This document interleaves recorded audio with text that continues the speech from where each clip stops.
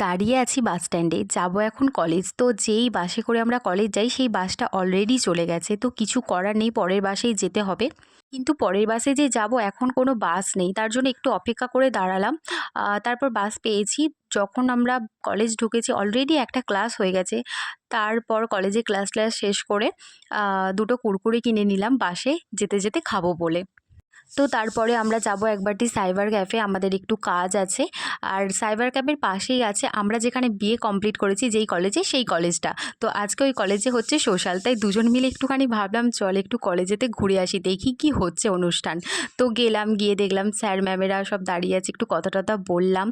আর গিয়ে দেখছি ভালোই অনুষ্ঠানটা হচ্ছে। তারপর আমরা আবার চলে গেলাম ওখান থেকে ঘুরে সাইবার ক্যাফে, কারণ কাজটাও তো করতে হবে বলো। তো সাইবার ক্যাফের কাজটা শেষ করে বাড়ি ফিরলাম, বাড়ি ফিরে একটু খাওয়া দাওয়া করে শুলাম, শোয়ার পর পড়তে বসলাম। এই মন খারাপ শরীর খারাপ সব কিছুর ওষুধ এই যে। আর লাইক করে দিও।